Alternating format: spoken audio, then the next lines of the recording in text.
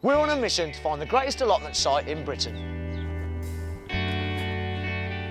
We've travelled the length and breadth of the country to find Britain's greenest gardeners, tastiest produce and most inspiring community projects.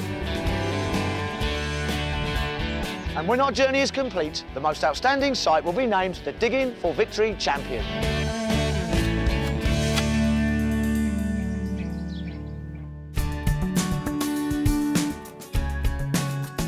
Welcome to Digging for Victory. Today we've travelled to the huge Normanton allotments in Derby, where there's an impressive 212 plots. But this competition's all about quality, not quantity. We have to find out whether Normanton allotmenteers have got what it takes to win a place in our grand finale. And if they do, they have a chance to become champions and win a prize worth £2,000. Of the 10,000 allotment sites in Britain, Normanton in Derby is one of just 9 that have been selected for the final stages of this competition. Each of the chosen sites impressed a team of experts with their gardening excellence and superb community relations. But only one site can become Digging for Victory champions. Across the series, I shall be visiting each of the 9 sites to choose our winner, and helping me with this difficult task is allotment expert Hannah Genders. 20 years ago, she was the first woman to take on an allotment plot at her local site in Birmingham. Since then, her passion for gardening has blossomed into a garden design business and 2 medals at the Chelsea Flower Show. We've decided to do our judging in the spring. This is a vital time of year for allotments, as planting begins. Using a strict set of criteria, Hannah and I will be awarding points in 4 categories: produce, eco-friendliness, community relations and visual impact. Well, I'll tell you what, Hannah, first impression, huge, isn't it? It's absolutely massive. It's probably the biggest one we've been on. And it's 2 sites, isn't it? We're sort of split by the road behind us, isn't it? So this isn't all there is. Because it's so massive, it'd take a lot of effort to try and tidy up the edges, wouldn't it? There's no flowers and prettiness, really, but every inch of space is used. The soil is precious. All the crops are in there. Yeah, it's back to basics, isn't it? It's about allotment growing for food, isn't it? There's a lot of onion, potato, stuff that you can get big crops off and you can take home and eat. So I think if we're going to find out more about the place, we're going to have to dig a little bit deeper this time, aren't we? I think we're going to have to find those characters on this. I do, to find out what's really going on, because it's just too vast on the surface, isn't it? It is, absolutely. In today's programme, Hannah and I will be casting our judgely eyes over the whole of Normanton allotments, meeting some pioneering plot holders, including a 10-year-old who's trying to defy the laws of nature by creating a pink daffodil, a 67-year-old with a passion for power tools, and helping one of the site's newest plot holders ensure his first harvest is a success. But first of all, Hannah and I are off to meet the aptly named chairwoman, Diane Wilde, and fellow plot holder, Stephen Stewart. We've already seen what a huge site this is.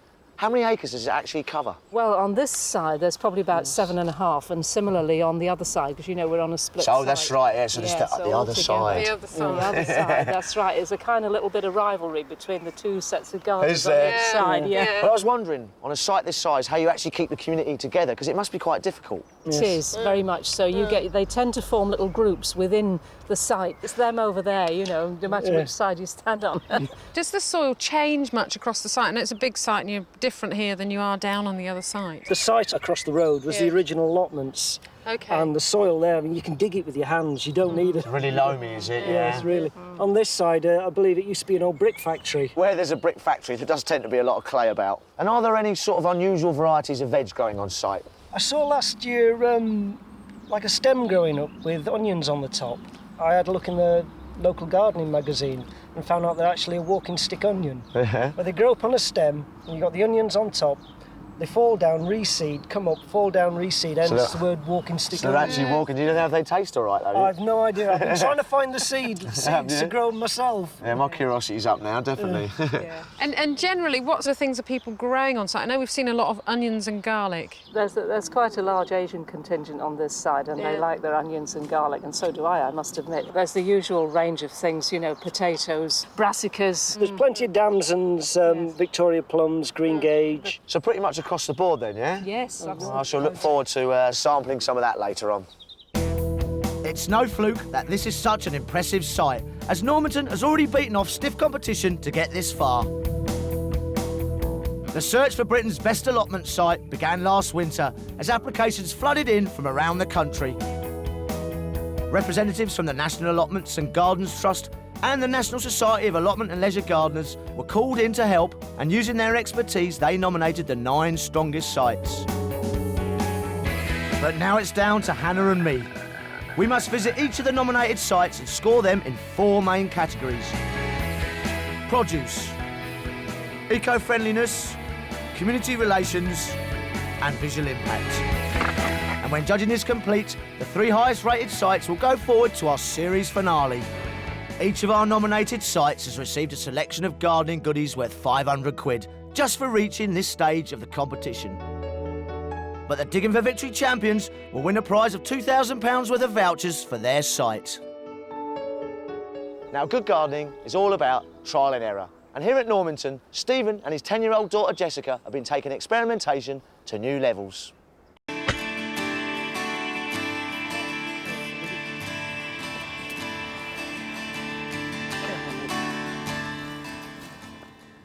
I've got a sack of horse manure in there. I got a net curtain and then sank the manure in and just left it. It rots down and make your own liquid manure.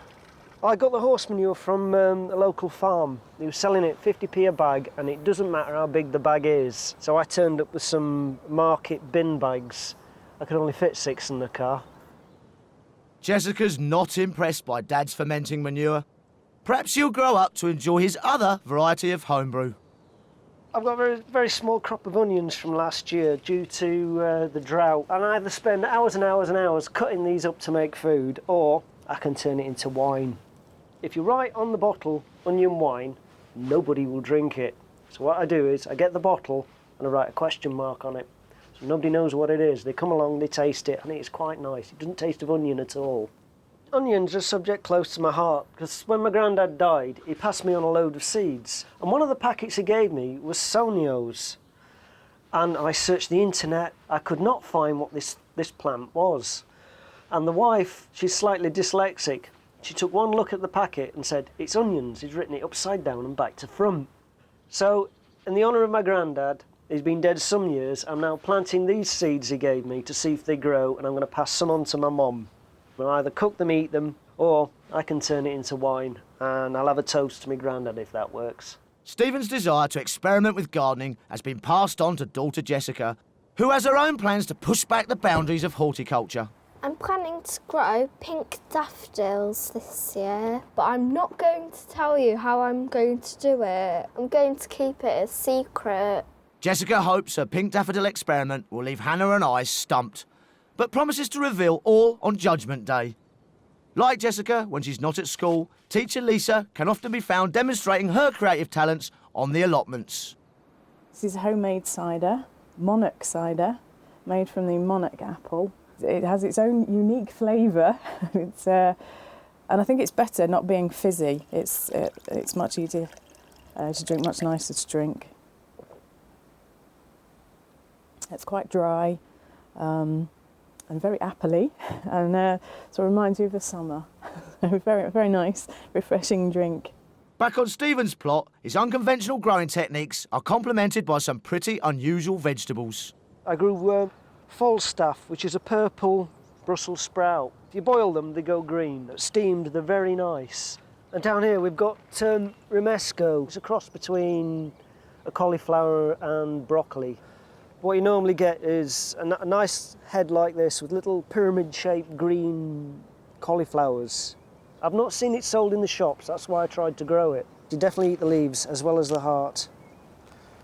And in the true spirit of experimentation, Stephen has a cunning plan to deter the whitefly from his brassicas. What I usually do is steep 12 cloves of garlic in a pint of hot water, add it to a gallon of water, a couple of drops of washing up liquid, spray everything, you watch them just fly away.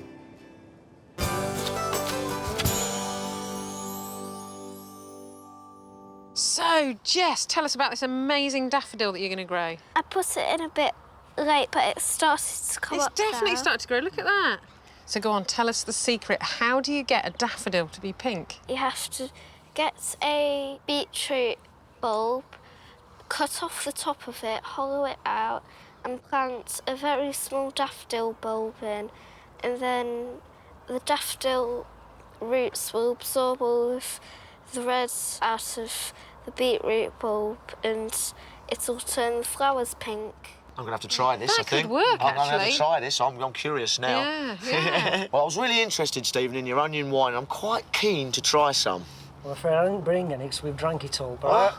But I have got some rhubarb and ginger. Rhubarb and ginger wine. Now, that I've got to try. Got some glasses here.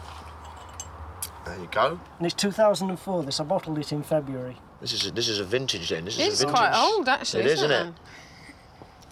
I mean, you can smell the rhubarb, but you can't taste it that much, can you? It tastes pretty strong. Nice, though. We're meant to be judging. I know, well, it's the pressure, it's the pressure. So how do you know how strong it is? Well, I've just got a vinometer, which I'll test the alcoholic level of the wine. 14.5%. See, now that is quite a pokey wine. Now enough of the homebrew. It's time for Hannah and I to inspect the site as a whole. There's 14 acres in total, and we've just got one day to make a thorough inspection.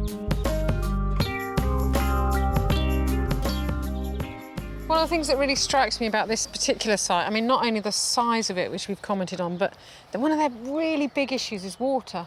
You see all these blue tubs, Yeah. because basically they've only put the water on for a certain amount of time, because they're metered.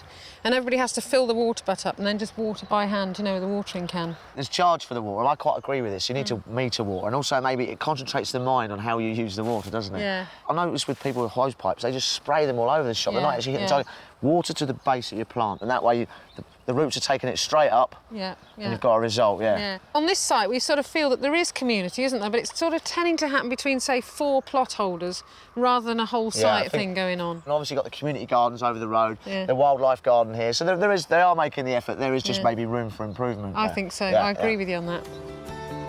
Well, it's looking good for the Normanton allotment site, but will they make it to the Digging for Victory grand finale? There are a lot more points on offer, and no amount of homebrew can sway our decision.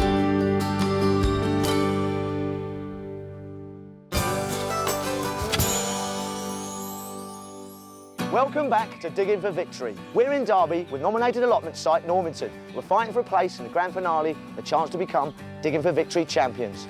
Now, taking on an allotment can be a scary business, especially if it's a tad overgrown. But it's exactly what Winston did 1 year ago, and Hannah is catching up with him to find out how he's doing.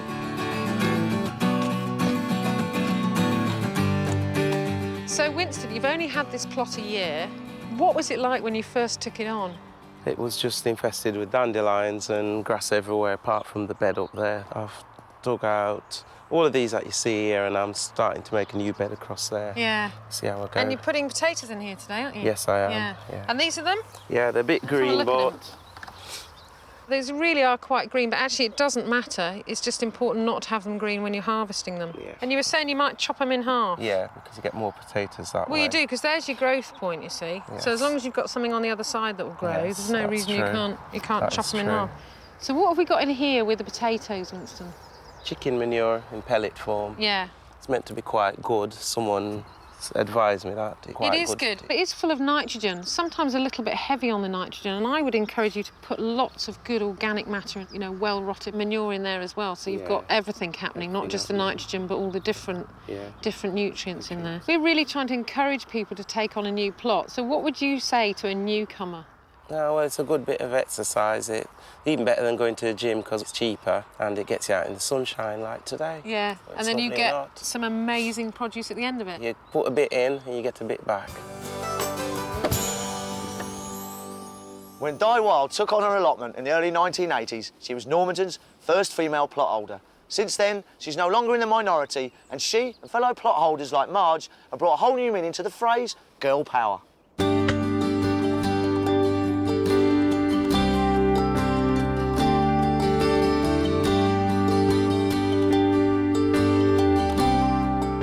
When a woman arrived and who actually wanted to take an allotment in her own right, that was something of an innovation. And I got one or two, what should we say, sharp comments. It was a novelty seeing a woman heaving trailer loads of horse muck about. People used to actually come and watch. I can't really believe that now, because it's changed, you know, so much. Diane is hoping to wow both her neighbours and the judges with this year's aptly named Elephant Garlic.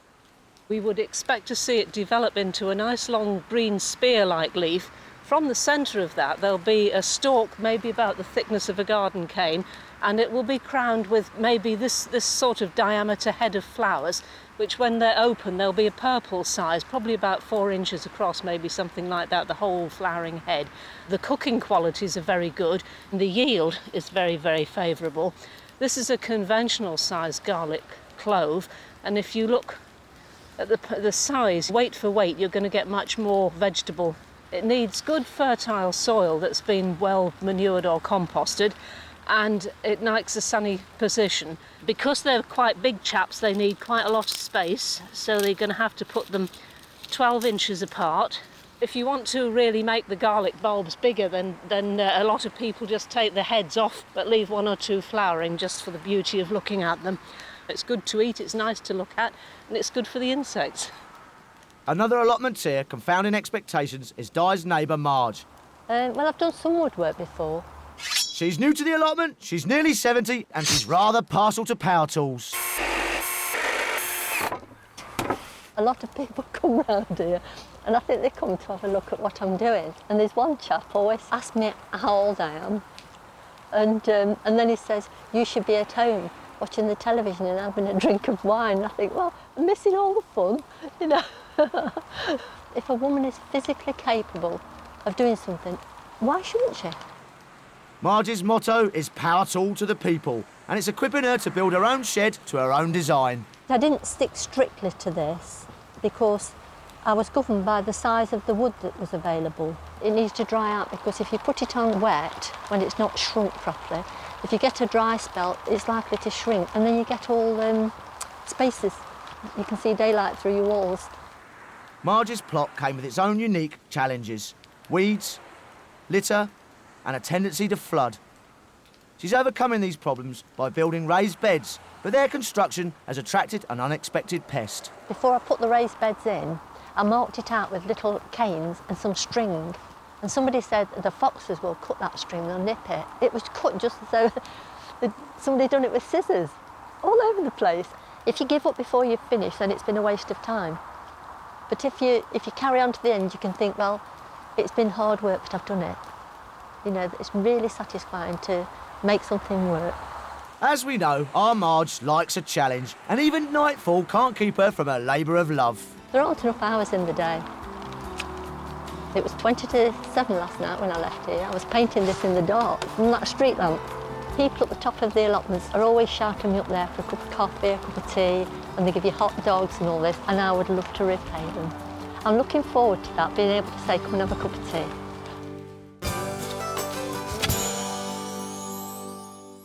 Well, I have to say, Marge, looking at the shed now, we're really impressed with it. Really incredible, wasn't it? So how long did it take you to build this shed? Maybe about 3 weeks after I'd made the frame, because I was held up with weather part of the time. Right. So you not only built a shed, but you're also doing your whole plot as raised beds, aren't you? Yes, you can see some of the cracks in the ground. Yeah. I can't dig it at the moment, it's just too hard. Yeah. And it's only been a week or two when there was too much water about. So what other problems, apart from this heavy soil, have you encountered here on this site? The main difficulty, I've got to admit, I don't know much about vegetables. So I'm asking everybody all the time. Yeah. You know? Yeah. So, Di, I know you were one of the first women on the site. What was it like when you first started? I think I can say that I was the first woman on this site to have an allotment in my own right. I wasn't just coming down as a wife who was helping a husband out. I wanted this garden to be mine, and I really didn't want my husband to come anywhere near it. I wanted to come and escape. Yeah, some peace from it, yeah? Yes, that's right. Yeah, I was like you. I was one of the first women to sort of take on my own plot. We had a central shed, and the old guys in there, they could make enough money out of the seed potatoes to keep a barrel of beer. Oh, yes. But because I was a girlie, I wasn't allowed any. Yes, yes. Yeah. Well, the first time I was offered a surreptitious drink down on the gardens, it was a gentleman from India who didn't want his wife to know that he drank on the allotments, and he used to keep a bottle of Bacardi tied on a string in his water barrel to fetch it up for visitors. That's good, isn't it? It's man after my own heart, Yes, tell that's you. right. If you're tempted to grow your own veg or even build your own shed, you'll be glad to know that in the UK there are nearly 500,000 allotment plots. The majority are owned by the local council, who are required by law to offer allotment plots if they are requested by enough people. And interest is high. The current trend for organic and locally grown produce means that allotment tiering is making a major comeback. Taking on a whole plot is quite a challenge. The average size is 250 square metres, roughly the same as a singles tennis court. But don't be put off, as on many sites it's possible to take on just half a plot. Rent is generally around 25 quid a year, which makes allotment gardening a lot cheaper than going to the supermarket. Well, back at Normanton in Derby, our day of judging is almost at an end. So Hannah and I must now compare notes and score the site in each of our 4 main categories: produce, eco-friendliness, community relations and visual impact.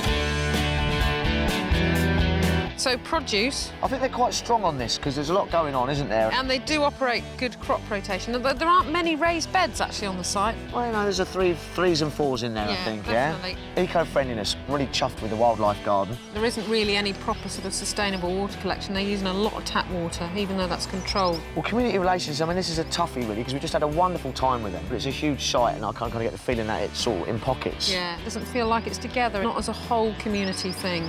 Visual impact, now this is a bit of a challenge, isn't it? Yeah, this is a very practical site. People are here to grow vegetables. Because of the scale of it, again, it's very hard. I think you can just sort of say, well, there's room for improvement. I think so. That's probably the best way to describe it. Yeah. I'm afraid we can't reveal the score for Normanton in Derby or our final 3 Digging for Victory finalists until we've visited each of our 9 nominated sites. I'll tell you what, it's all about drinking on this site. Lisa's the girl I've been looking for, eh? Because I know you've got some cider for me. So I'm gonna have to sample a bit of that. That's an amazing colour. Yep, I think that's probably worth the wait, actually. Had a fantastic day, so thanks so much for making us so welcome. And Marge, we've really enjoyed you and your power tools and a wonderful shed. Thank you. Thanks to Stephen and the wonderful rhubarb wine. You're welcome. I can't tell you the scores just yet. We've had a great day and really well done to you. And I think we should lift our glasses, eh, girls? Come on. To Normanton allotment site. Cheers! Cheers!